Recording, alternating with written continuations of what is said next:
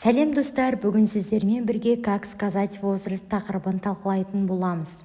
Біз білеміз, қазақ тілінен сұрақ қойылған кезде, сенің жасың нешеде деген кезде, менің жасым 20-да, оның жасы 5-те, біздің жасымыз 15-те деген сияқты тек қана жас сөзін қолданамыз. Ал орыс тілінде тым басқаша. Орыс тілінде бізде год, лет және де года сөздерін қолданамыз. Ал сабақты мұқият қарап, жазып отырсаңыз, өзіңіздің жасыңыз туралы орыс тілінен қиналмай айтатын боласыздар. Ал кеттік. Біздің өмірімізде сколько тебе лет, сколько вам лет, сколько лет ты живешь в городе, сколько ему лет деген сияқты сұрақтар кездесіп жатады. Ал ол сұрақтарға қалай жауап беру керектігін білесің бе? Біз сол жайлы айтамыз. Егер де санымыздың соңы бір санмен аяқталса, год сөзін қолданамыз.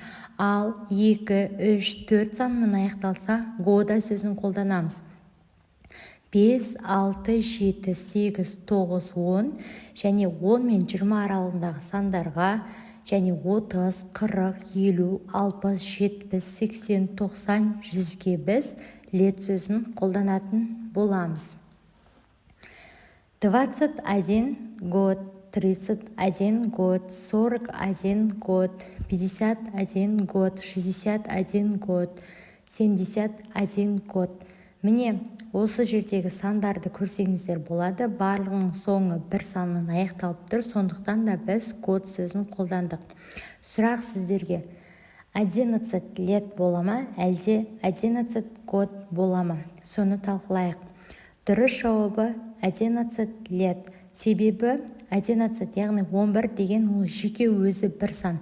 Ал орыс тілінде сандарды айтқан кезде, мысал келтірсек, 21 год, 41 год дегенде сөздердің соңы один сөзімен аяқталса, біз оған міндетті түрде год сөзін қолданатын боламыз.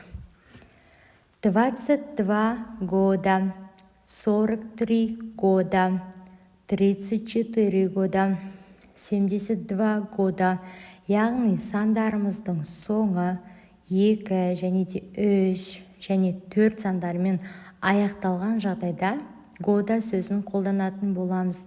Мына жерде барлығында мысалдармен келтіріліп көрсетілген, соны қарап өтсеңіздер болады.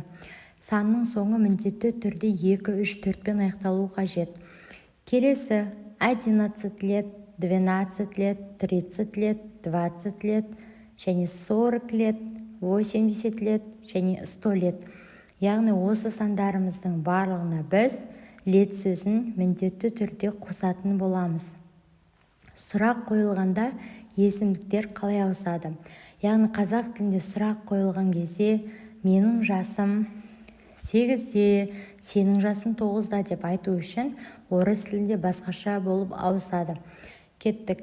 Маған мысалы менің жасым 14-те деп айтатын болсақ, мне 14 лет. Саған болса тебе, ол балаға болса ему, ол қызға болса ей, бізге болса нам, оларға болса им, сізге немесе сіздерге болса вам болады. Мысал келтірдік жаңа. Және тағы: мне 14 лет, тебе 21 год, ему 42 года деген сияқты мысалдарды айтамыз. Тапсырма орындап көрейік. Міндетті түрде осы тапсырманы паузаға қойып көрсеңіздер болады және оны менімен бірге тексеретін боласыздар. Кеттік.